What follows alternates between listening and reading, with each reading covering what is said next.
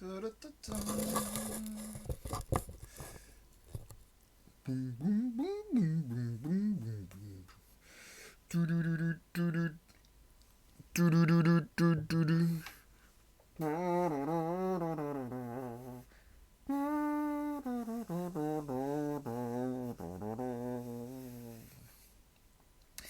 Et oui, quelle intro énigmatique. Peut-être qu'il y en a qui sont, comme vous, doués au blind test fait à la bouche. Et certains ont peut-être déjà deviné de quoi je vais parler, tandis que je meuble avant de définitivement passer à l'écran et de papoter avec vous.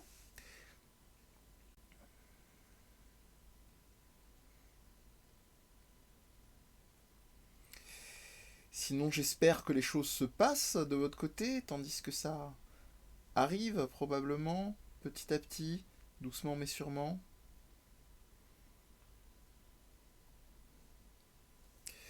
Bonsoir à toutes et à tous.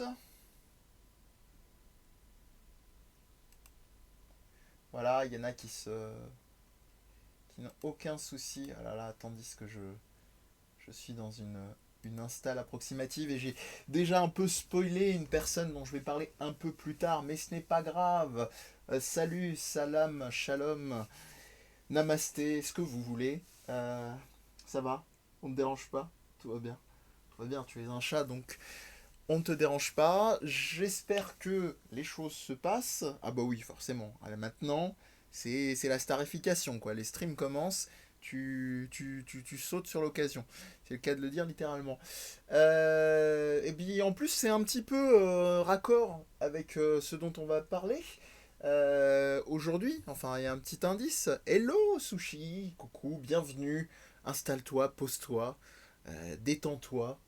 Ou énerve-toi aussi, tu pourras, peut-être en fonction de ce que je dirais si je dis des bêtises. On va doucement commencer, on va laisser les gens arriver. Je vais très bien, j'espère que c'est le cas de ton côté. Et je ne contredis pas mes valeurs, comme je le dis souvent. Ça va, c'est pas comme si tu en avais de ton côté. Donc je suis pas contradictoire avec mes valeurs vu que je connais la chair sushi. C'est dur à dire, la chair sushi. Exercez-vous chez vous, qui, comme je l'ai déjà dit sur certains streams, et notamment hier, est animatrice et s'occupe du montage. Très important, si vous en faites, vous savez, toi-même tu sais, des Beside the Games. Oh, bah ça arrive doucement. Blackjack, bonsoir à toi.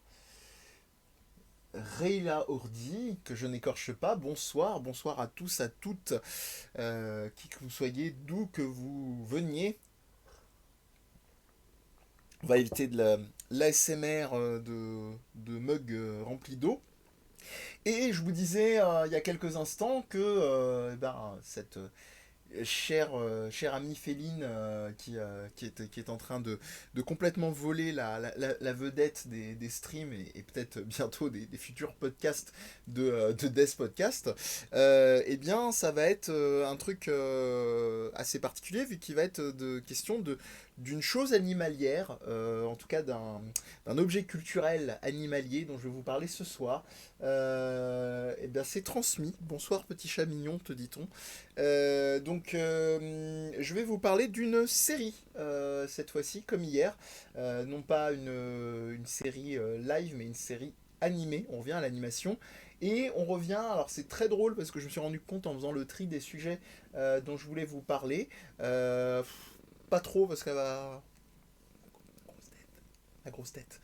Qu'est-ce que je voulais dire? Je me suis rendu compte en préparant les différents sujets d'émission pour les quelques jours à venir, que il y avait une thématique qui n'était pas du tout calculée, à savoir les animaux. Donc je me suis rendu compte que l'île aux chiens, si vous avez suivi le premier numéro de ce stream quotidien confinement confiné, qu'on fait quoi, pardon, je vais pas y arriver, hein, avec le propre titre de mon émission, eh bien on avait commencé avec l'île aux chiens de Wes Anderson, disponible d'ailleurs sur YouTube, sur la chaîne de Death Podcast YouTube. Et là, on va continuer aujourd'hui, comme j'étais en train de vous dire, avec une série d'animation qui va mettre, a beaucoup mis les animaux en avant. Bah, tu m'en voudras pas que je te vole ta place, hein, parce que de toute façon, tu n'y es plus. Je doute que tu comprennes ce que je te dis, mais en général, hein, mais voilà. Je vais vous parler de BoJack Horseman, et notamment, alors je vous rassure tout de suite, hein, pas la peine de fuir, parce que je vais rester très très très évasif, et ça va être un peu des enchaînements d'éléments Captain Obvious, donc il n'y aura pas de spoiler pour qui aurait envie de regarder la série. Qu'est-ce euh, où sont mes souvenirs d'espagnol? Bien y tout. Te gusta las telenovelas? Voilà, donc yo también, voilà les restes d'espagnol qui me restent, c'est magnifique. On vous rappelle qu'on est bilingue avec l'ami Félix qui était là hier en espagnol suite à un stream qu'on a fait sur le jeu Guacamole. J'arrête mes bêtises, donc on va vous parler de BoJack. Ouais, alors pour le générique, on est tout à fait d'accord.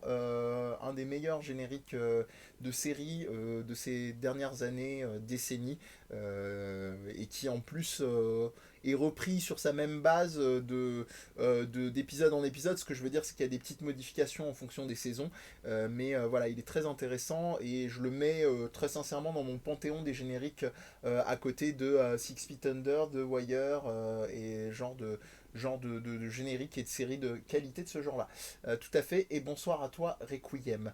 Donc je vais vous parler de BoJack Horseman pour plusieurs raisons, et notamment de la fin de BoJack Horseman, et je vais beaucoup le répéter, sans spoiler aucun, je vous rassure.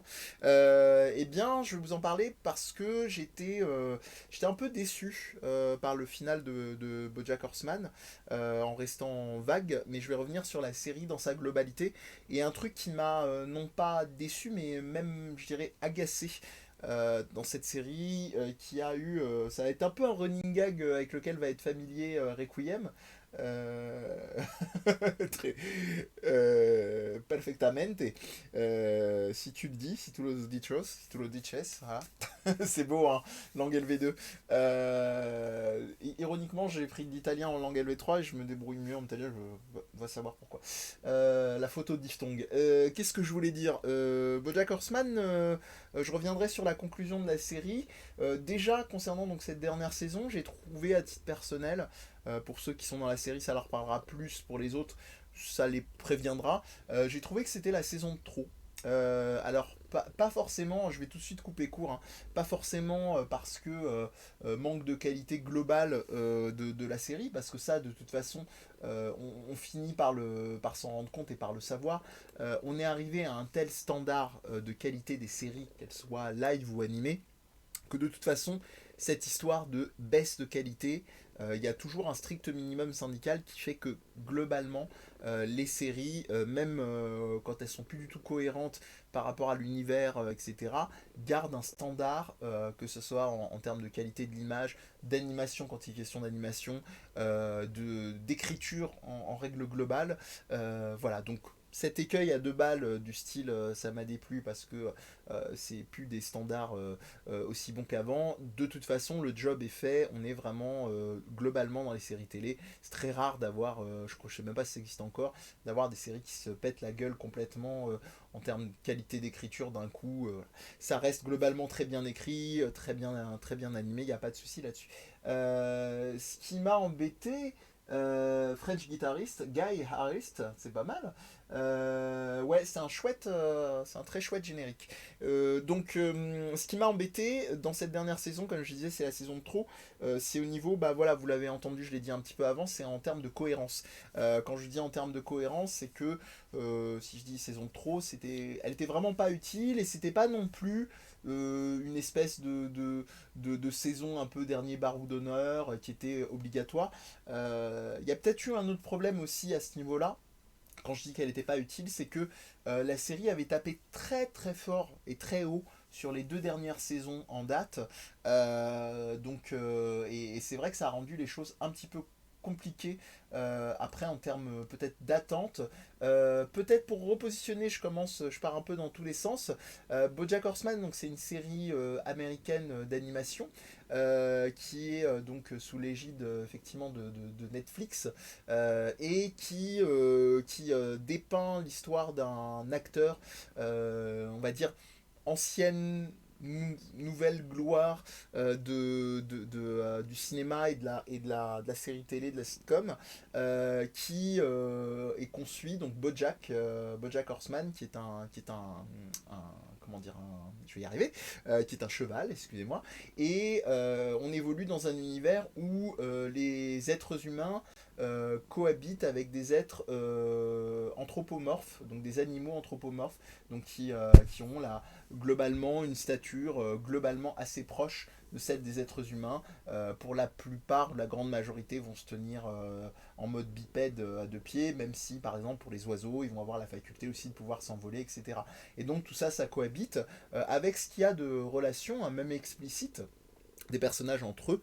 Quand je dis explicite, il n'y a pas de distinction, par exemple, en rapport de sexualité, par exemple, si des personnages couchent ensemble, il n'y a pas à y avoir de distinction, c'est pas les êtres humains qui vont tous coucher ensemble, tous les chevaux qui vont coucher ensemble, etc. Donc ça donne effectivement des relations très vagues et c'est intéressant. C'est vrai que c'est un petit peu, pour qui n'est pas forcément prêt, entre guillemets, et un peu déstabilisé, mais voilà, c'est globalement intéressant sur la proposition.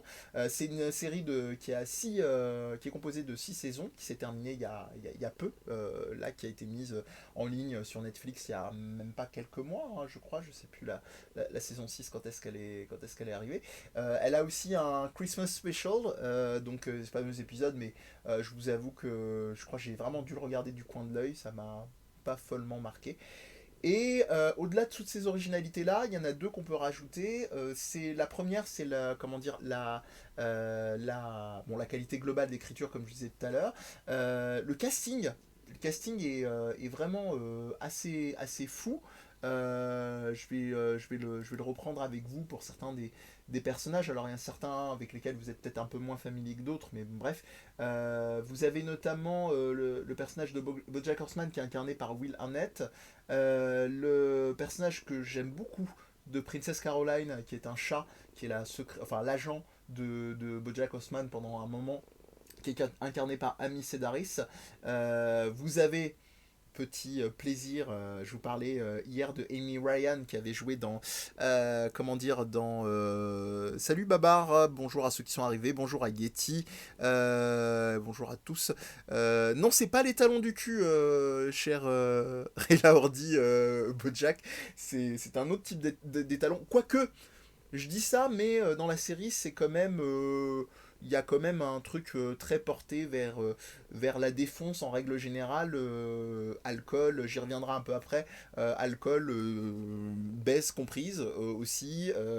Stupéfiant, c'est le truc, tout ça. Et puis bienvenue à toi, Babar, et merci d'être fidèle sur ces séries. Et bonjour aussi à Popopo, le chameau. C'est bien, c'est raccord avec ce que je suis en train de vous dire sur BoJack Horseman. En tout cas, donc BoJack Horseman, c'est un acteur ancienne vieille gloire, comme je suis en train de vous dire, qui surfe beaucoup sur sa réussite d'antan. Imaginez pour ceux qui connaissent un peu le fameux Al Bundy qui n'arrête pas de rappeler qu'il aurait pu être une star du football s'il n'avait pas été blessé à l'époque du lycée, de l'université. C'est un peu ça. Et tant bien que mal, il essaye de vivoter encore sur sa carrière et je dirais tous les excès qui vont avec de manière très hollywoodien. S'il y en a à qui ça parle, imaginez le personnage de David Duchovny dans Californication. On est vraiment dans ce genre de délire un peu de trip, de tentative de rédemption en même temps qui vont et viennent avec des épisodes excessifs de consommation de drogue, d'alcool, d'orgies sexuelles et ce que vous voulez. Voilà. Qu'est-ce que je voulais dire? Donc là-dessus, très réussi au niveau de son casting. J'étais en train de vous dire, je parlais d'une autre actrice qui participe, qui incarne le personnage de Diane Nguyen, qui est fabuleux. Le personnage, tant comme ça. Sa doubleuse qui est Alison Brie. Donc Alison Brie, si vous ne connaissez pas, ça veut dire que vous n'avez vu ni Community ni Glow. Et donc là, c'est rare, mais je vous juge. Blague à part, je vous invite vraiment deux extraordinaires séries, chacune à leur manière. Et Alison Brie, comme Amy Ryan dont je vous parlais hier, comme Brie Larson, là aussi c'est proche, en termes d'actrice, que je trouve qui crève l'écran. Et puis en plus, Alison Brie, comme les deux actrices que j'ai citées avant, alors c'est un, évidemment, il n'y a pas de jugement de valeur d'un point de vue physiquement, mais c'est-à-dire que c'est objectivement, dans les canons de beauté globaux, une très belle femme qui est tout à fait capable de jouer justement de son capital séduction, et à l'inverse de beaucoup, sans les dire, de jouer des personnages à contre-courant, un peu le syndrome Charlize Theron d'une certaine manière dans Monster entre autres choses, ou Furiosa dans Mad Max, même si je la trouve classe as fuck dans Mad Max, mais ça c'est un autre débat. Euh, Sauf la dernière saison de Community, oui, tu trouves qu'il y a une grosse baisse sur la dernière saison de Community, French Guy Artist. Je te laisse du coup nous dire ça. Je vais continuer un petit peu sur BoJack Horseman, donc casting animalier et humain. Oui, j'ai oublié, excusez-moi, il y a aussi Paul F. Tompkins, que je connais un petit peu moins, qui joue le personnage de Peanut Butter, qui est une espèce de un peu d'antagoniste dans un premier temps de BoJack Horseman, en étant le mec toujours très très joyeux, très très cool, pas du tout dans l'excès, et lui star dans le vent. Et enfin, évidemment, comment oublier Todd Chavez, ce personnage complètement déjanté, décalé, incarné par Aaron Paul, qui est le fameux Jesse Pinkman, entre autres choses, dans Breaking Bad. Donc ça vous donne voilà, un casting assez haut en couleur, et surtout, très important, des personnages secondaires que moi j'ai trouvé fabuleux. Vous avez notamment sur toute la première saison une espèce d'éditeur, parce que se trouve que le personnage de BoJack Horseman doit écrire un livre, une biographie, je vous en dis pas plus, et un éditeur pingouin ou manchot, je crois que c'est pingouin, qui vous décrit sa vie sur un ton mais d'une tristesse, en période de divorce, et du fait que il a une espèce de ton, imaginez un peu la voix d'un adolescent qui mue, donc dans les graves aigus, et il est extrêmement pathétique ce personnage, et il y a beaucoup de personnages comme ça. Là on est vraiment dans une série, ça s'entend, un choral, mais en plus des personnages princeps, principaux, on a en plus vraiment une très grosse réussite au niveau des personnages secondaires. Peanut Butter, ouais, ouais, c'est vrai qu'il est très très attachant. Changement de casting, oui. Oui, oui, oui, oui, c'est sûr qu'au niveau de l'alchimie, bah, je pense que Community, un peu comme des très grosses séries comme X-Files sur ces deux dernières saisons, qui a perdu David Duchovny, puis Gillian Anderson pendant 2 saisons, et ben, à pâtit de ça, c'est évident, c'est pas évident, mais je trouve que quand même, globalement, ils s'en sortent bien dans la chose. Oui, on va rester évasif justement sur la mère de BoJack, cher Requiem, parce que j'ai pas envie non plus de, comme je l'ai promis, de trop spoiler, mais on pourra peut-être dans un second temps, on invitera les gens à quitter la vidéo peut-être pour... qui sera disponible en tout cas sur YouTube.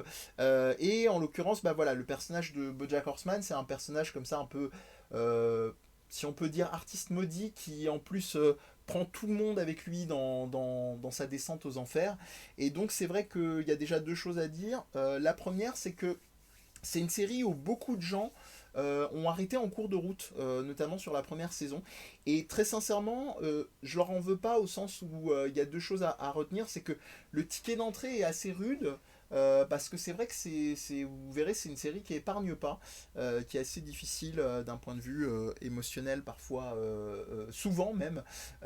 Et surtout, c'est une série où il faut du temps pour prendre le temps d'avoir du temps. Voilà, je vous mets un petit peu quand même, pour ceux qui ne connaîtraient pas du tout la gueule du casting, enfin des personnages de la fiction. Donc Bojack tout à gauche, Diane Nguyen, Todd Chavez, donc Mr. Peanut Butter, tout à droite, comme nous disait Babar.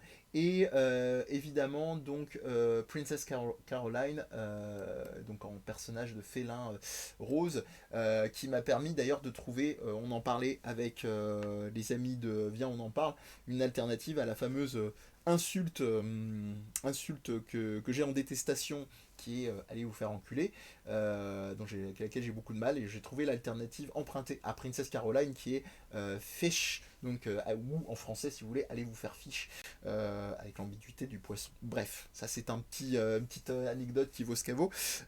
Et pour revenir à nos moutons, enfin à notre cheval surtout, c'est merci cher Cindy 31.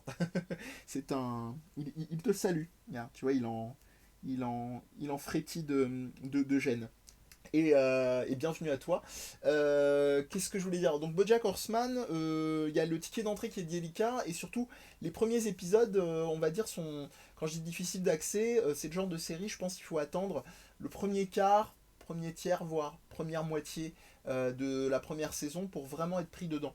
Moi, je vous avoue, au début, passé le premier et deuxième épisode, je me suis dit, mais enfin, je regardais pas ça d'un œil, mais j'étais beaucoup moins attentif que sur les premiers épisodes. Et puis, petit à petit, vous êtes vraiment imprégné comme ça de l'ambiance, de la logique de la série, de sa dynamique. Et c'est comme des séries, alors ça n'a rien à voir, mais c'est des séries qui demandent un certain temps d'investissement, comme The Wire, par exemple. The Wire, pour ceux qui ont pu le voir, qui a été traduit chez nous par Surécoute. C'est une série, honnêtement, si vous voulez vraiment en apprécier la quintessence, il vous faut la moitié de la première saison, vraiment en immersion, c'est le cas de le dire vu le sujet de la série, pour pouvoir vraiment rentrer enfin vous laisser vraiment habiter par le sujet. BoJack Horseman c'est pareil. Et deuxième point, alors petit disclaimer, je le fais souvent ces derniers temps par les temps qui courent, si vous dites ah trop bien, Mehdi m'a donné une série en conseil, je vais foncer, ça a l'air trop bien. Faites gaffe, c'est Requiem le disait en parlant entre autres du personnage de la mère de BoJack Horseman. Tous les personnages en règle générale, c'est très très très dur émotionnellement. C'est vraiment, ça a un côté très rigolard, très coloré, très, il y a des super punchlines, etc. Mais c'est très dur émotionnellement, donc voilà, si vous y allez, allez-y en votre âme et conscience. Alors je suis pas en train de vous dire que une série, une œuvre ne doit pas secouer, au contraire, mais je le dis parce qu'on n'est pas tous égaux en termes de sensibilité, et parce que par les temps qui courent, on peut peut-être être éventuellement un peu plus fragile. Alors je suis obligé de faire des... La pauvre, je suis obligé de faire des tests en direct pour prouver que je n'ai pas un chat empaillé.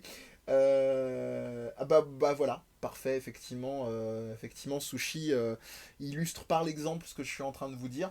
Il y a vraiment des moments très très... Alors il y a des moments malaisants, ce qu'on appelle en anglais cringe, et il y a des moments simplement dans les thématiques qui sont renvoyées, qui sont très durs. Il faut vraiment avoir... faut vraiment être accroché. Le nom de la série, donc c'est... non, rien à voir, je me suis fait avoir en plus avec la première partie. Ça n'a rien à voir avec BoJack de. Il n'y a pas de Zanguilla, il n'y a pas de Bido. Non, rien à voir avec Dragon Ball Z. C'est l'ami BoJack, enfin l'ami, ça dépend pour quelle position on se met dans la série. Série de Netflix, BoJack Horseman. J'en arrive à ce qui m'a déplu, donc cette fameuse saison de trop, parce que moi je pense qu'on avait globalement fait le tour, notamment, il en a dit un peu ou trop, l'ami Requiem qui parlait de la mère de BoJack Horseman, donc il se trouve on évoque à un moment le passé du personnage, je vais rester vague, et voilà, on voit que en mode un peu psy de comptoir, si on creuse un peu dans son histoire familiale, c'est assez hardcore. Mais avec plaisir. Toujours là pour toi, Zététique. Qu'est-ce que je veux dire? je, je parle de BoJack Horseman, cher Cindy 31, avant que Zététique ne fasse un croisement avec Dragon Ball Z. Et donc BoJack Horseman, voilà, saison trop pour la sixième à mon modeste avis, et je voulais appuyer sur un thème qui était assez important à mes yeux. Je trouve que la représentation on va dire ce qu'on pourrait dire les souffrances psychiques, ce que très souvent on va, pardon, excusez-moi, je dégomme le micro, ce que très souvent on va appeler, on va appeler facilement par des diagnostics dépression, psychose, obsessionnalité, ce que vous voulez. Moi, je suis pas un très gros fanat des images à coller en termes de diagnostic. Bonsoir Alfie. Euh, bonsoir, bonsoir. Bah, quel plaisir. Merci d'être parmi nous. Si je me permets, s'il s'agit bien du Alfie de la chaîne YouTube Alfie, que dans le doute que voici, dont je parlerai juste après, qui a parlé en très bons termes de BoJack Horseman, a raison. Ravi, enchanté de faire ta connaissance. Voilà, je continue ce que j'ai d'une part estimé comme la saison de trop sur BoJack Horseman, à débattre évidemment, avec plaisir que tu sois là, avec toi et avec les autres. Et puis d'autre part, concernant le comment on appelle ça, concernant le traitement donc ce qu'on appelle des fois de manière un peu globale la santé mentale, des troubles psychiques dans BoJack Horseman. Alors je m'explique. Évidemment, il y a des trucs qui sont très intéressants sur les représentations. Comme je vous disais, j'aime pas beaucoup les étiquettes diagnostiques, mais ce qu'on va appeler la dépression, en particulier, parce que le personnage de BoJack Horseman y est très sujet. Mais je trouve que c'est une représentation des troubles psychiques qui est très américaine. Ça, c'est un truc. Alors là, on va me dire, bah, oui, c'est normal, c'est une série américaine. Ok, d'accord. Mais il y a un truc qui me cause souci, et c'est pas la seule œuvre et la seule série où c'est un problème, c'est la banalisation, en fait, des troubles psychiques et le rapport des Américains, enfin dans leur fiction, aux troubles psychiques. Là-dessus, non, ça n'a aucun lien avec Dragon Ball Z. Là-dessus, je trouve que il y a une banalisation, notamment des traitements de ces espèces de personnages comme ça, qui vont prendre des antidépresseurs au détour d'une scène, comme s'il s'agissait de dragibus ou de bonbons, voilà, de trucs complètement banalisés. Et je trouve que c'est vraiment très très problématique. On n'a pas du tout, au bout d'un moment, on n'a pas du tout le poids en termes, notamment je pense à des personnes influençables plus jeunes ou justement par rapport à ce sujet-là, je parle vraiment sur certaines scènes de l'impact de ce genre de scène. Alors évidemment, à l'inverse, et vous aurez raison, on peut me répondre qu'il y a au contraire toute une réflexion sur ce que c'est que la souffrance psychique, du fait d'y être confronté avec des amis, d'y être confronté avec des proches de la famille, etc. C'est une réalité, mais j'insiste vraiment sur la banalisation globalement, notamment de la prise de médicaments. Alors ça, c'est pas nouveau vu le poids de l'industrie pharmaceutique dans le monde et aux États-Unis en particulier. Mais moi, je trouve vraiment que c'est problématique. Et c'est problématique sur un deuxième point qui est très fréquent et qui vient là, lui aussi massivement des États-Unis. C'était cette espèce de discours autour des positions victimaires des individus et surtout ce truc très à la mode depuis quelques années du je vais pas bien, j'ai de l'anxiété. Comme justificatif global de tout et de rien. Alors évidemment, je mets plein de comment dire de précautions dans ce que je dis, pas pour arrondir les angles, mais pour vous dire que bien entendu, on peut souffrir de moments appelons-les comme on veut, de doute, de souffrance par rapport à certaines situations sociales avec lesquelles on a du mal à faire, etc., à composer. Sauf que là, le mot vraiment qu'on peut retrouver et sortir gagnant à tous les concours de bingo ces dernières années, c'est, depuis 1 ou 2 ans particulièrement, c'est anxiété. Alors ça va pas, j'ai de l'anxiété. Non pas comme un mot qui serait tabou, mais comme un mot qui est complètement évacué, je dirais, de son sens. Et c'est ça qui m'emmerde, effectivement, dans BoJack Horseman. C'est qu'à un moment, alors on le sait qu'évidemment BoJack joue beaucoup avec ça, qui fait sa victime, et que c'est un ressort sur lequel il s'appuie pour faire culpabiliser les gens et ne pas aborder ses propres problèmes. Là-dessus, on pourrait presque me rétorquer que justement, ce que je suis en train d'objecter à la dernière saison, c'est principalement ce qui est un petit peu amené. Mais voilà, je trouve que c'est vraiment dans la mise en scène, il reste quand même encore des écueils de beaucoup de fiction américaine en particulier, dans le rapport à ce qu'on appelle très globalement, même si ça a nuancé, la santé mentale. Et c'est toute cette idée que un diagnostic prévaut du fait de vraiment parler de la souffrance des gens. Je vous épargne aussi tous les classiques. Alors évidemment, on est dans un Hollywood qui est à la fois très cliché dans l'excès et qui, je pense, aussi en partie est très réel dans le sens où vous avez les classiques groupes de parole, limite groupes de parole entre stars, etc. Les fameux vous savez, binômes avec un sponsor, comme on dit aux États-Unis, c'est-à-dire une personne qui vous accompagne pour pouvoir composer, enfin ce qu'on appelle to cope with, donc surmonter votre alcoolisme, votre consommation de stupéfiants, etc., de drogue, votre toxicomanie, je vais y arriver. Euh, oui, je regarde aussi ce que dit effectivement Requiem. Oui, justement, justement. C'est en ça qu'il y a quelque chose de paradoxal dans ce que je dis par rapport à la dernière saison, parce que peut-être que je pourrais même reformuler, c'est bien ce que tu dis Requiem, parce que ça me fait réfléchir en cours de route, peut-être même que ce que je reproche à cette sixième saison, c'est peut-être d'arriver trop tard sur ces éléments-là. Après, c'est vrai qu'il y avait des sacrés chantiers et que BoJack Horseman n'est pas le seul personnage, comme j'ai dit, vu que c'est une série chorale. Ouais, un par un, c'est ça. Merci, merci Sushi la traduction. Et voilà, moi c'est un truc qui m'a embêté. J'en avais déjà parlé sur un autre podcast sur les rapports et cette espèce de portée au nu je veux dire, à tout prix, de manière absolue, de la psychologie positive. Voilà, c'est ces espèces de discours qui deviennent vides de sens, où on vous dit ah bah ça va pas, ah bah désintox, bah, ça va pas, ah bah t'as une anxiété. C'est-à-dire c'est ce qu'on appelle techniquement des mots valises un petit peu. C'est des mots qu'on utilise tellement à force sans trop réfléchir. Et peu importe, la question c'est pas est-ce que vous êtes un professionnel ou pas, c'est qu'ils sont évacués de leur sens et on se questionne même plus sur ce qui des fois pourrait nous permettre de vraiment s'y confronter quand c'est possible et de les surmonter. Euh, j'aime pas les snowflakes. Pourquoi Blackjack je suis désolé, je dois pas avoir la ref directement. Il est beau Jack, ouais, Félix. Il est beau Jack comme il est libre Max. T'as vu ça? Mais c'est vrai que la tienne elle est meilleure parce que ça c'est vraiment direct dans la ref. Donc voilà ce qui m'a particulièrement un petit peu ennuyé dans cette sixième saison de BoJack et dans le traitement des troubles psychiques et de la santé mentale. Je vais pas parler de troubles mentaux. Euh, ah, d'accord. Bah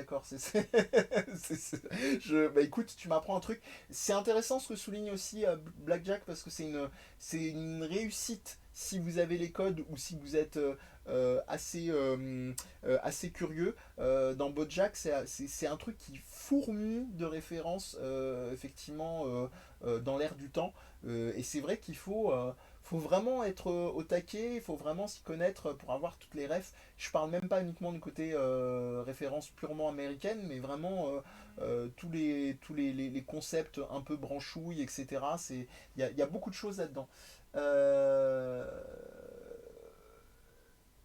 oui, c'est clair. Ce que souligne Yeti, qui nous dit qu'on voit ça dans énormément de fiction, presque 99% des séries américaines, de la consommation décomplexée d'alcool. Je vais essayer de vous donner un exemple peut-être un peu plus concret de ce que je veux dire. C'est par exemple, je pense à un film, là évidemment le nom ne me revient pas, mais je pense à un film avec comment dire, Nicolas Cage, je crois que c'est Living Las Vegas, je compte sur mes cinéphiles sûrs au bout de votre clavier ou de votre téléphone pour me répondre, et où il joue effectivement un personnage alcoolique et il y a une vraie descente aux enfers qui est complètement folle, mais je trouve que dans la mise en scène, il y a un truc qui est hyper. Alors on le retrouve partiellement dans Blackjack Horseman, mais qui est hyper crépusculaire et où surtout on ressent le poids de cette descente aux enfers. BoJack Horseman, il y a un truc alors je sais que c'est l'ADN d'Hollywood, ce côté de la défonce et de tous les lieux, je dirais tous les Gotha en règle générale, showbiz et autres, ça peut arriver, pas tous, mais ça peut arriver souvent de retrouver ces réalités-là.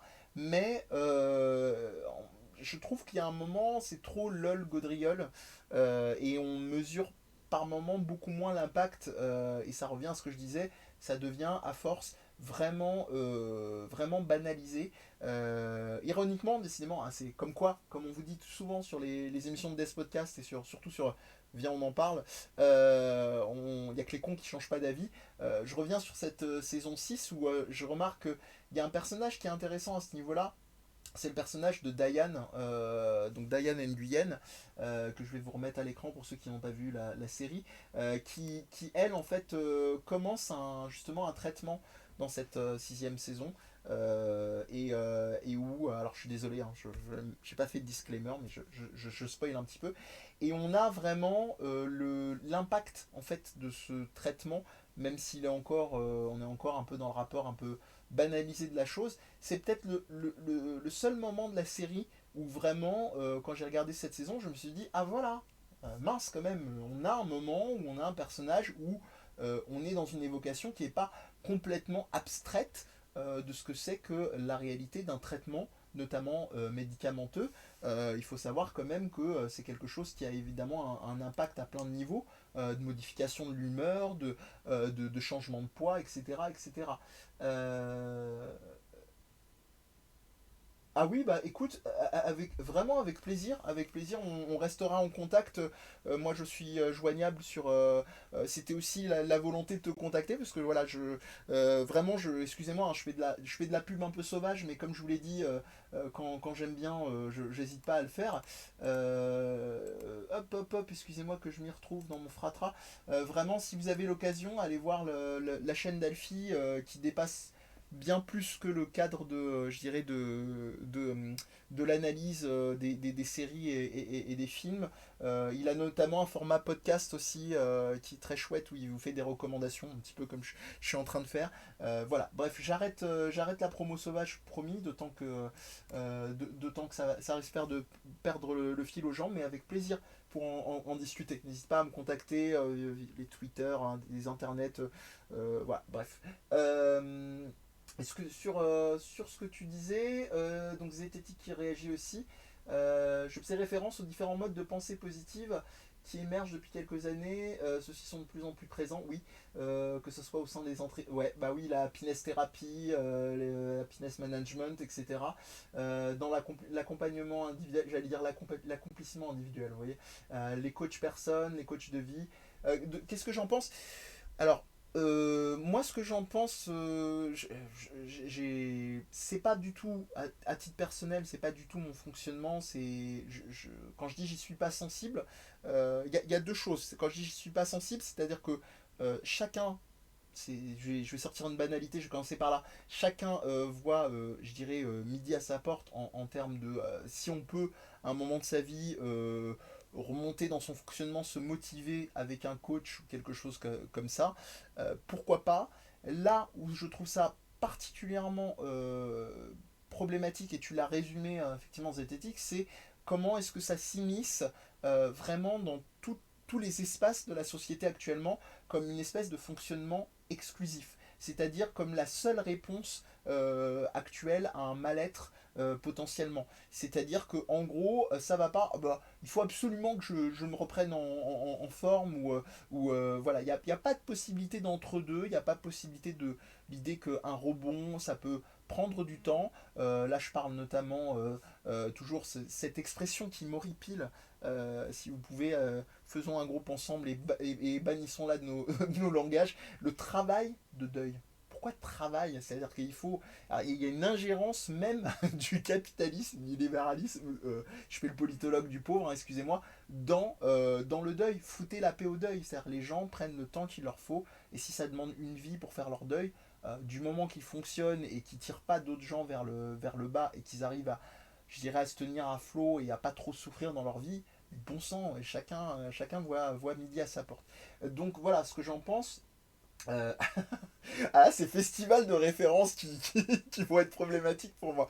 Je vais enchaîner juste après sur la résilience. Ouais, ce que je trouve problématique dans le management, la happiness thérapie, enfin, de toute façon, tout le manageriat en règle générale, c'est que c'est posé comme une solution unique et exclusive. Alors, bien sûr, il y a des gens qui vont vous dire, mais non, c'est toi qui vois le mal partout, c'est pas.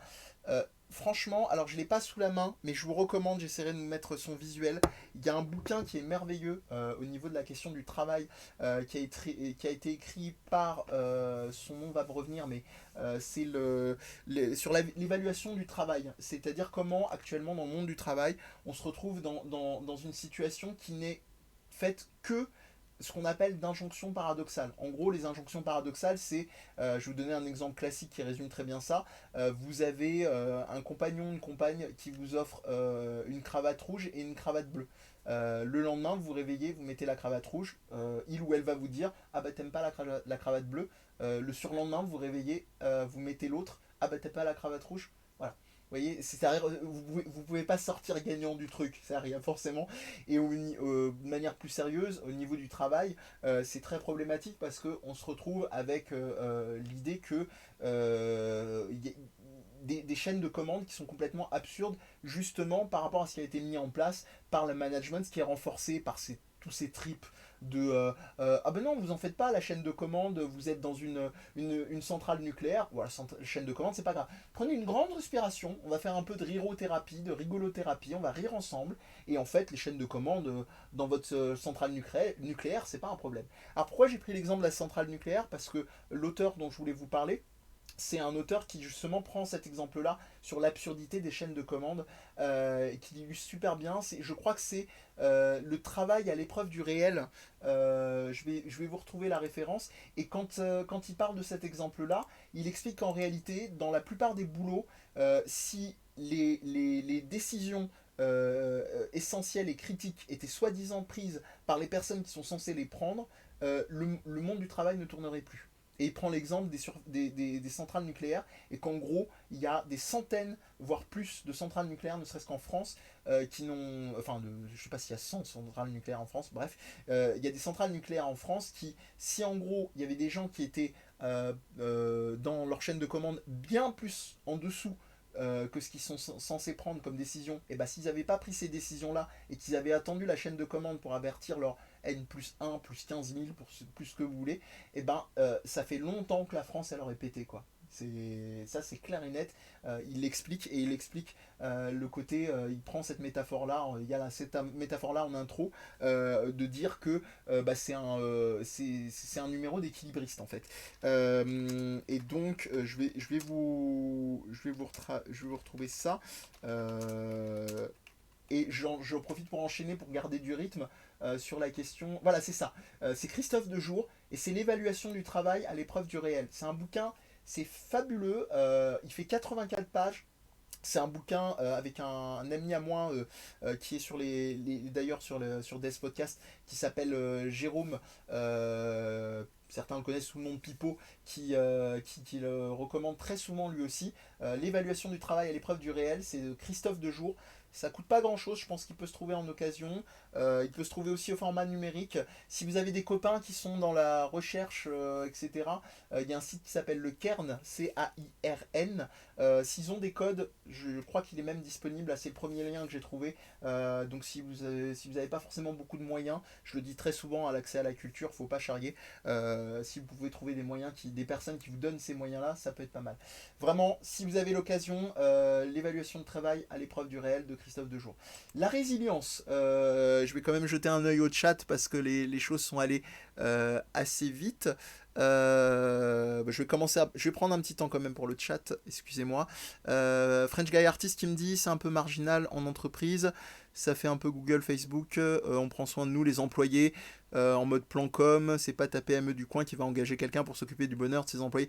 Oui, alors oui, c'est vrai que déjà on pourrait parler. Encore une fois, je suis désolé, je fais mon politicien de comptoir, mais on pourrait parler aussi quel niveau social, quel moyen a ton entreprise, hein, parce qu'effectivement, les trucs de relaxo et compagnie, il faut que la boîte puisse se permettre de se les payer, c'est évident.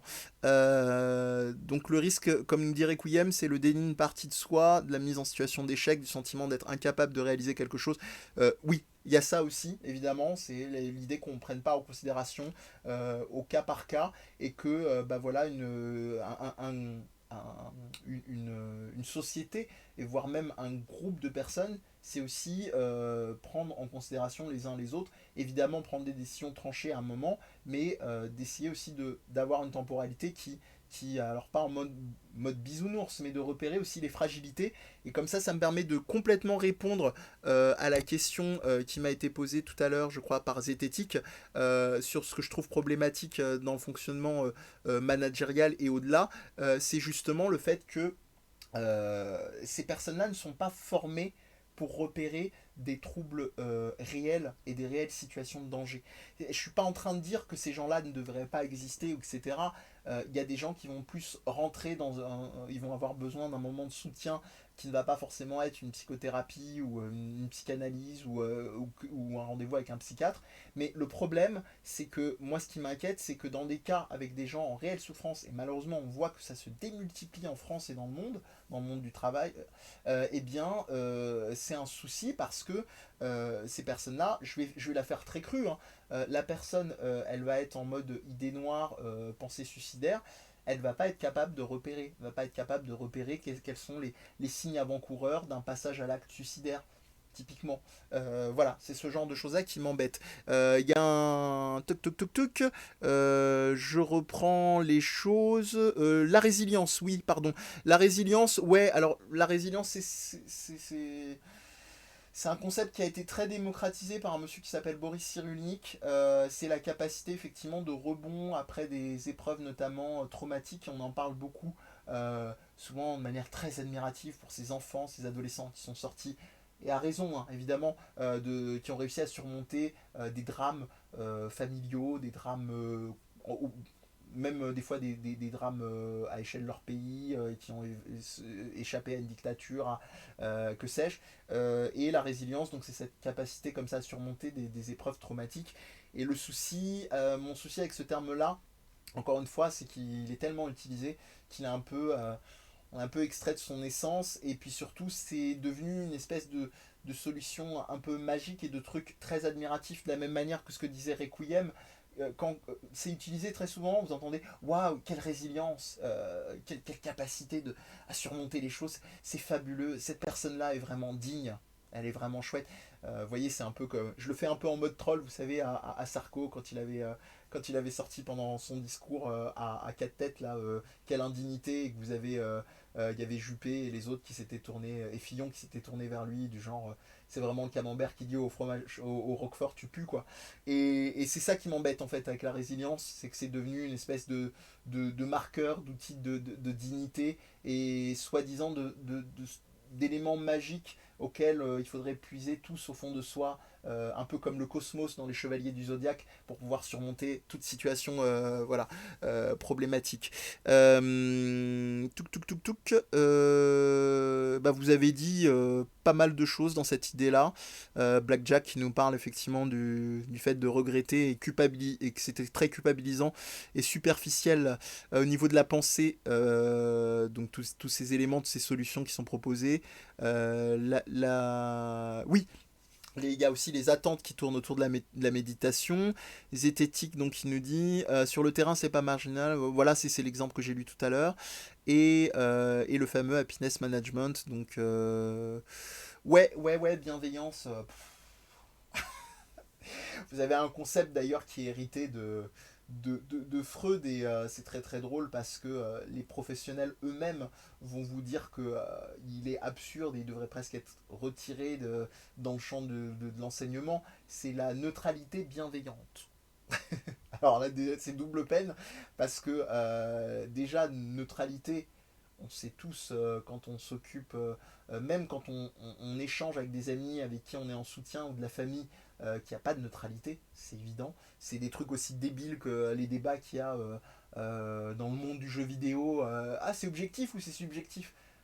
quand tu fournis une critique, quand tu fournis une opinion, il n'y a aucun moment où tu es dans une objectivité totale et c'est pas ce qu'on cherche forcément. Là, je digresse un peu, Grèce. Et la question de la bienveillance, oui, ça va avec tout le package de la happiness thérapie. Alors évidemment qu'il existe encore de la bienveillance, Dieu merci. Moi, j'aurais plus envie d'utiliser peut-être plus le terme empathique, qui lui aussi est de plus en plus gangréné par les médias et par les espèces de solutions, non pas hydroalcooliques, mais clés en main. Mais voilà, il y a un moment, en fait, j'en arrive à utiliser un terme galvaudé et bateau pour contrer des termes qui sont devenus galvaudés et bateau. Moi, ma réponse, enfin, c'est de dire, c'est entre guillemets, c'est du bon sens. L'idée, c'est dans l'idéal, si tu peux, si ça va pas venir te foutre 36 pieds sous terre, essaye de tendre la main à quelqu'un qui est en galère. C'est tellement évident, mais après de venir dire, voire d'avoir des discours limite culpabilisants après de oh là là, t'as pas aidé, ou moi j'aurais fait ça, ou merde, merde. Voilà, je vous dis franchement, chacun fait à l'aune de ce qu'il peut et de ce qu'il veut et surtout de ce qu'il peut. Voilà, ça c'est la conclusion super, super sèche, super. En tout cas, bah, ça a amené vraiment du grain à moudre. Hein. Je suis très content à discuter. En tout cas, oui, je suis entièrement responsable de mes succès ou de mes échecs. Il n'y a rien dans la vie qui va influer. Il n'y a rien dans ton statut social qui va faire que tu vas galérer à ne pas finir PDG. Si tu ne finis pas PDG et patron de ta startup, et avec une Rolex avant 40 ou 50 ans, je sais plus, l'envolée lyrique de Séguéla, j'ai fait une fusion entre Emmanuel Ier et Sarko. Quoi. Et bah t'as raté ta vie. Euh, Zététique donc qui enchaîne sur cette idée-là. Ça dépend du terrain. Comme l'expérience personnelle n'est jamais suffisante, faudrait voir si on a des chiffres sur le nombre d'accompagnements de professionnels qui interviennent dans l'entreprise. Ouais, mais ça, ça pardon d'être un peu nerveux, French Guy Artist, mais ça fond comme peau de chagrin. Et ça coûte des sous l'accompagnement. Et de quel accompagnement on parle? Est-ce qu'on est en train de parler d'accompagnement vraiment de personnes extérieures qui vont fournir vraiment une opinion qui permettra aux gens de penser sur eux-mêmes? Est-ce que la boîte ou le lieu de travail va permettre à ces gens-là de vraiment appliquer et de réfléchir sur ces choses-là qui ont été proposées comme axe de réflexion de travail? Et puis de quelles personnes on parle? Est-ce qu'on parle d'un cabinet d'audit qui en gros, dont le seul but c'est simplement de venir, de remplir les cases, d'être dans les petits clous de la politique du moment et de filer son RIB après pour l'intervention? Ou est-ce qu'on parle de gens qui vont potentiellement faire une évaluation, une réflexion vraiment globale sur un mal-être au travail?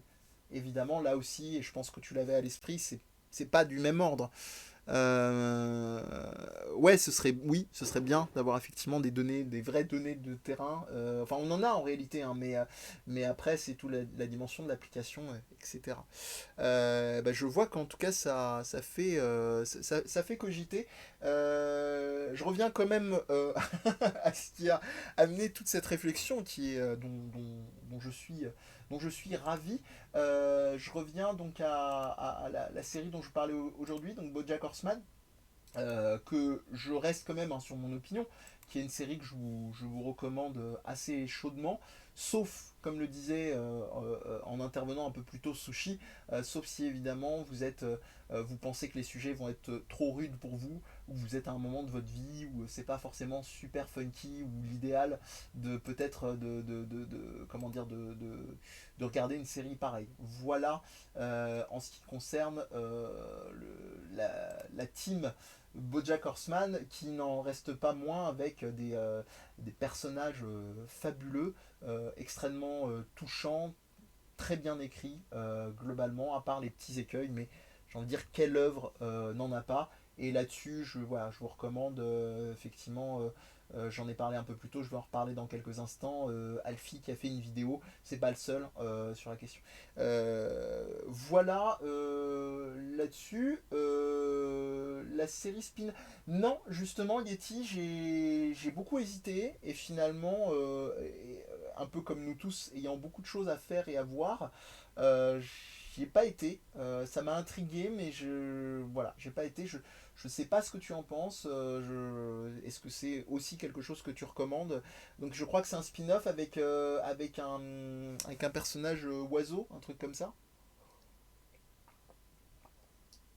Je sais pas si parmi vous certains ont pu justement voir la série en question. J'en profite en même temps qu'on trouve la réponse et que Yeti nous dise tout. J'en profite pour vous évoquer dans les œuvres dont on a parlé hier. Il y a eu plein de références, je n'ai pas tout trouvé, mais il y a Moonlighter dont nous parlait ce cher Requiem. Et en l'occurrence, voilà, ce cher Requiem est très porté sur la chose pixel art, comme vous pouvez le voir. Donc c'est un jeu à l'univers très léché et qui en session jeu donne ce genre de visuel. J'ai pas encore pu m'y adonner, mais voilà, lui il le recommande très chaudement. Et l'avantage des jeux vidéo en mode dématérialisé, si vous n'êtes pas un absolu féru de la possession physique comme ce cher Requiem justement, eh bien c'est que vous n'avez même pas besoin de vous faire livrer et faire prendre des risques à des livreurs, de travailleurs. Mais voilà, je dis ça à mon modeste niveau. Je pense que malheureusement c'est pas simplement le fait de m'abstenir moi de commander des choses en ce moment qui va changer le monde. Et je pense que les grands sites de distribution de livraison s'en donnent à cœur joie en ce moment. Voilà. Donc Babar qui nous dit qu'il a regardé 2 épisodes du spin-off. Le rythme est épuisant. Épuisant dans le sens, comme disait Sushi plus tôt, c'est rude. Et donc toi Yeti tu n'as pas commencé. Babar qui walide en même temps Moonlighter. Ah d'accord, c'est au niveau... D'accord. En fait ça va aussi vite que les youtubeurs à la mode, c'est ça? Des boîtes. Viens, il y en a plein. Viens Requiem. La petite ref de Hockey Boomer encore des années 90, hein, Julie-Edouard Moustique et Michael Cull. On possède une boutique et on doit explorer des donjons pour vendre des trouvailles. Ah, bah, je vous laisse vous répondre, cher French Guy Artist et Requiem. Et bah voilà. Babar nous confirme que ça va aussi vite que les vidéos YouTube. Et bah voilà. Je vous laisse continuer, faire des réflexions. Tu es en retard. Bonsoir Pseudoless, mais aucun souci du moment que tu es là. J'en profite pour revenir à la petite recommandation à laquelle j'ai pensé en me disant bah, BoJack Horseman, bah, ça tombe très bien. J'avais vu une très chouette vidéo sur le sujet, donc autant la partager avec vous. Pour vous conseiller, je l'ai fait apparaître tout à l'heure. J'étais tellement enthousiaste que je l'ai même fait apparaître en avance. Tandis que ça s'étire de ouf à côté de moi. Je vous recommande très très fortement la chaîne d'Alfie. L'avantage c'est que ça se retient facilement et que le piège c'est que ça s'écrit Alfie Alphi et non pas FI. Qui est voilà une chaîne d'analyse de séries télé, enfin de format vidéo, séries télé, cinéma et aussi vidéaste. Donc il y a notamment, je crois, au moins 2 3 épisodes, un dédié à McFly et Carlito et un autre dédié à, j'ai oublié son nom de scène principal, qui a fait cette chaîne Road to Saiyan, et qui était à la base, qui est toujours d'ailleurs à la base je crois réel. Si Alfie est encore là, il pourra me corriger. Sinon, allez voir effectivement sa chaîne YouTube. C'est très très chouette. Et pour vous donner un ordre d'idée, ça m'a rappelé un petit peu à la fois dans le rythme de la narration et dans les propositions qui sortent un petit peu du carcan. Je vous disais qu'il y a eu une vidéo sur McFly et Carlito. Par exemple, moi j'aime bien McFly et Carlito, mais très clairement, je vais encore décidément faire du hockey boomer. C'est pas un truc que je vais consommer avec la même fièvre et la même fréquence que des personnes qui sont plus jeunes, de génération plus jeune. Mais en tout cas, il est capable, il a appelé sa vidéo créer un bon moment, et il est capable effectivement de vous pointer ce qu'il y a de bon dans les vidéos de McFly et Carlito. Je dis ce qu'il y a de bon, sous-entendu, même si vous n'êtes pas fan de McFly et Carlito. Et donc, en l'occurrence, lui pointe vraiment dans la logique de la mise en scène ce qu'il y a d'intéressant dans les formats vidéo. Donc, n'hésitez pas à jouer à Resetir récemment, également, pardon, petit jeu très très sympa où c'est le même concept. Voilà. Et je disais, pour terminer sur la recommandation concernant Alfie, donc double recommandation un peu planquée, que ça me rappelait un petit peu cette chaîne que certains connaissent peut-être, qui s'appelle Every Frame a Painting, qui s'est arrêtée entre temps malheureusement, mais bon, en tout cas c'est logique vu je pense le travail que ça demandait au bonhomme. Pareil, si vous n'êtes pas anglophobe, sachant que maintenant il y a vous pouvez générer automatiquement les sous-titres au moins en anglais. Je vous recommande vraiment très fortement Every Frame a Painting si vous êtes exclusivement francophone, Alfie, ou les deux si vous vous débrouillez en français autant et aussi bien qu'en anglais. Every Frame a Painting qui avait fait entre autres, hein, il y en a plein, mais une vidéo fabuleuse sur pourquoi en termes de réal, une mise en scène, les films de Jackie Chan étaient aussi bons. Et c'était pas uniquement parce que, bah, attends, c'est parce que c'est Jackie Chan, il fait toutes ces cascades à la Belmondo, quoi, t'as vu. Non, non, c'était très intéressant, notamment sur la manière dont les coups de poing étaient portés, avec beaucoup de mise en scène de double impact, des coups qui rajoutaient au niveau de la mise en scène, et c'est le cas de le dire, en puissance, en intensité. C'est beaucoup mieux dit dans la vidéo, vraiment. Si vous tapez Every Frame Painting et Jackie Chan, vous la trouverez sans aucun souci. Voilà, c'est épuisant, McFly et Carlito, la Bayère. Ouais, il y a beaucoup à faire et à voir, mais après, oui, McFly et Carlito, moi, c'est un truc personnel. Tout ce qui va être trop en saturation d'infos, c'est pour ça que quand Babar me disait que le spin-off de BoJack Horseman était trop intense en rythme, c'est des trucs qui sont assez rédhibitoires pour moi. Et c'est vrai que dit comme ça fait un peu vieux con, mais en fait j'ai toujours été un jeune vieux con. C'est-à-dire même très jeune, les trucs au rythme assez dense, j'ai du mal. Je vais vous donner un exemple, par exemple, en général, en soirée, je me fais souvent houspillé parce que je dis ça. J'ai du mal avec Karim Debache. Pas l'homme en soi, pas ce qu'il propose d'un point de vue des contenus sur le cinéma et au-delà, mais simplement parce que ces vidéos ça va trop vite. C'est vraiment un truc.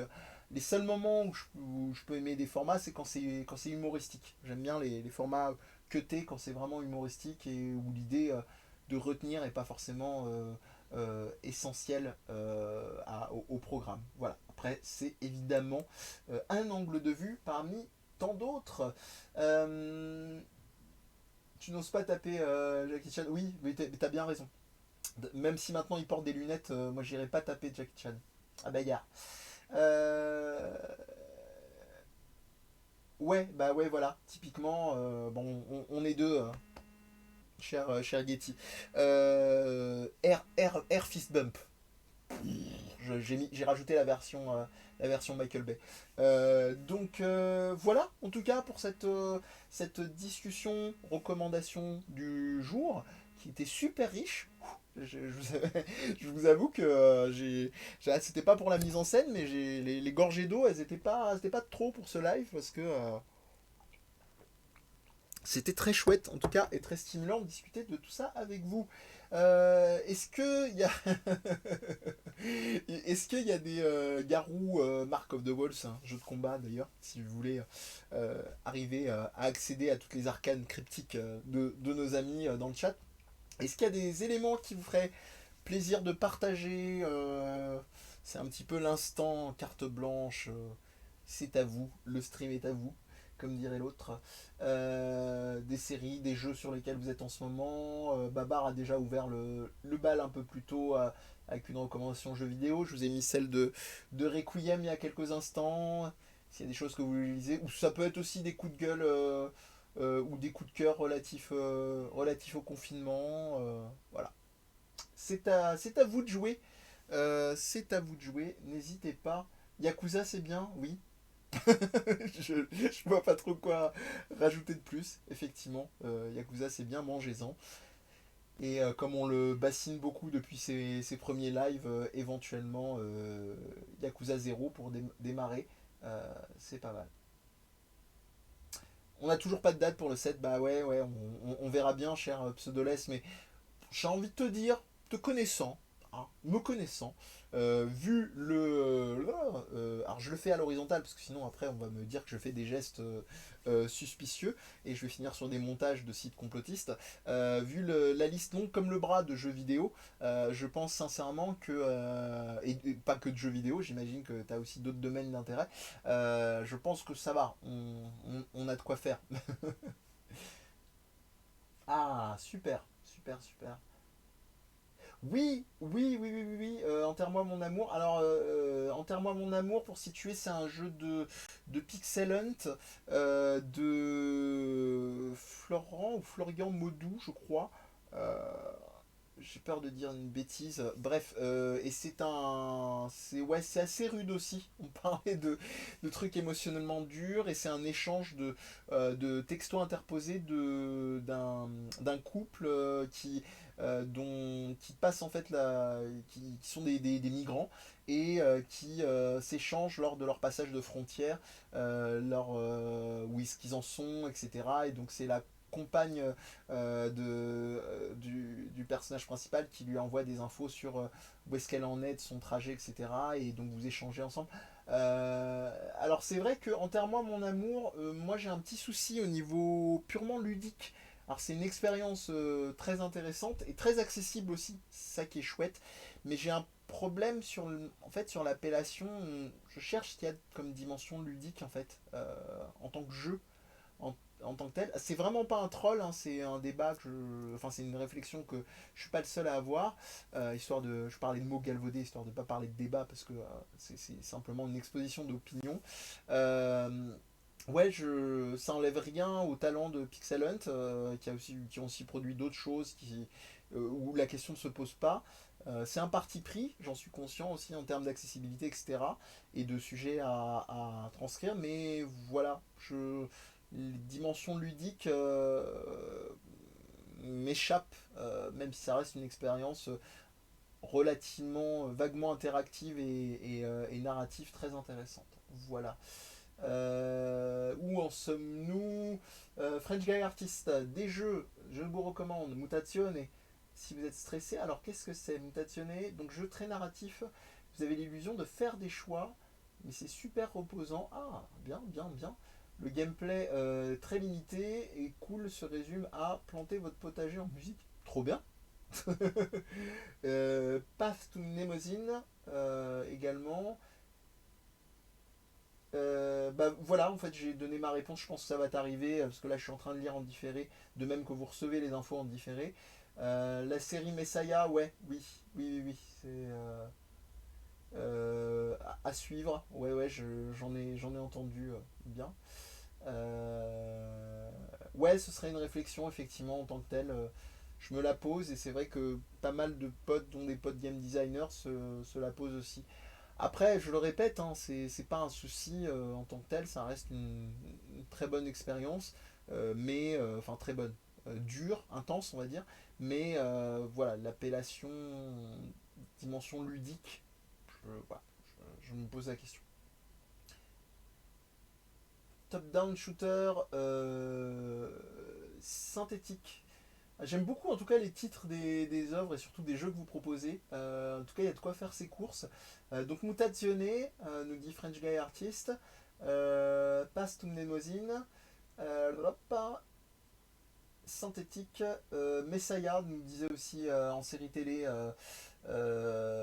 Requiem, en espérant que ça traîne pas trop, mais ça c'est un peu l'écueil de beaucoup de séries. Et tu viens de finir Death Stranding. Ah, voilà.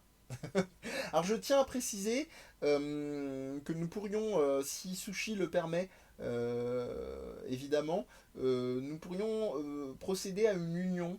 Je serais un peu un homme de foi du stream pour l'instant, une union entre deux Kojima fans très très forts, l'humilité très très fort, comme disait Ghetto Geek, que sont Blackjack et Yetzati.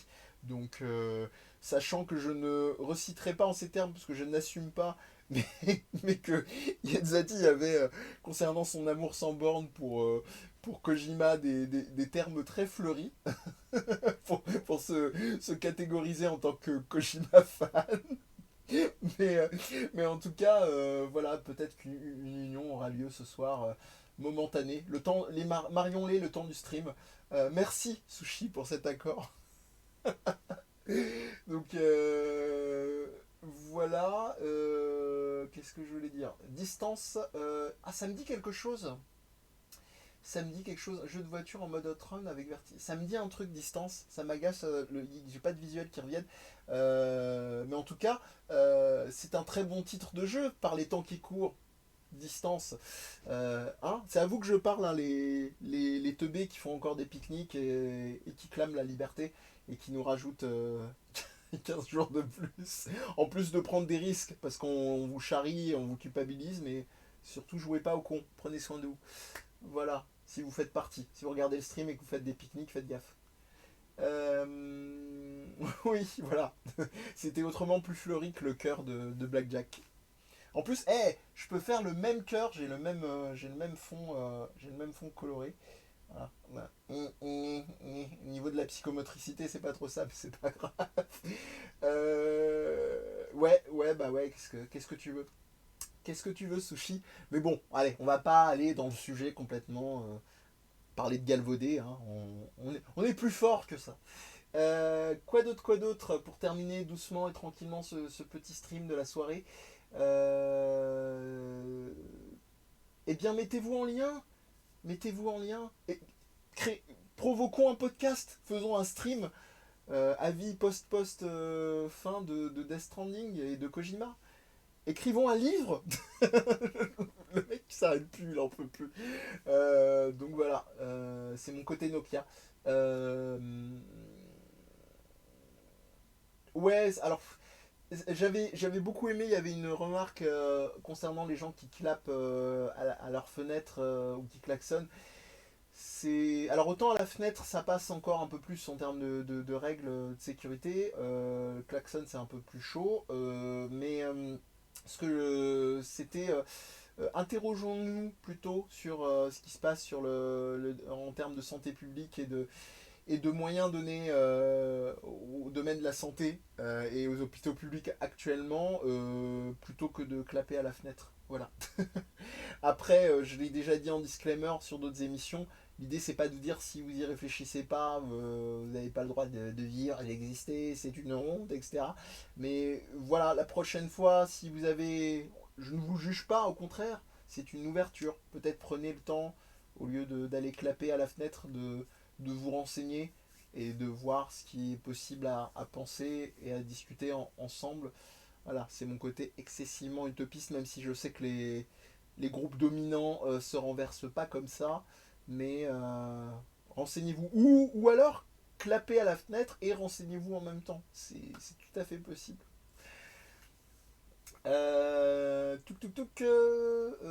Passe to Mémosine, ça dure 2 heures. Et bah c'est parfait. C'est parfait, comme ça je le mettrai au programme d'un prochain live. Merci Zététique. Expérience assez marquante, sujet choisi, son aspect artistique. Allez, il a dit Banco. On vend la caravane. Malgré mes trolls. Non, Kojima a des pectoraux divins. Après, pour le reste, je ne sais pas. J'en ai beaucoup parlé, effectivement, de ses pectoraux. Et ses petites lunettes rondes aussi. Euh, oui. Bah oui, mais c'est bien aussi. C'est un ascenseur émotionnel s'il te fait autant hurler que rêver. Il t'a fait hurler à quel moment? Quand tu dois faire pipi ou caca? Alors je précise hein, pour ceux qui arrivent net à ce moment-là du stream ou qui zappent juste sur la vidéo, je fais référence aux bombes, aux espèces de grenades qui peuvent être créées dans le jeu Death Stranding à base de, non pas de pop mais de pipi pip et de caca. Voilà, ça c'est dit. Euh... Renseignez-vous à la fenêtre. C'est joli, ça pourrait presque être un titre de film français. Euh, Ouais, bon, on surjoue tous nos fans.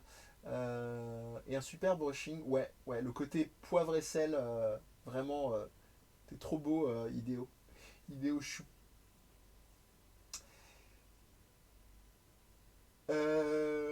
Quelques trucs assez mal joués, il faudrait faire un podcast qui... Ouais, bah oui.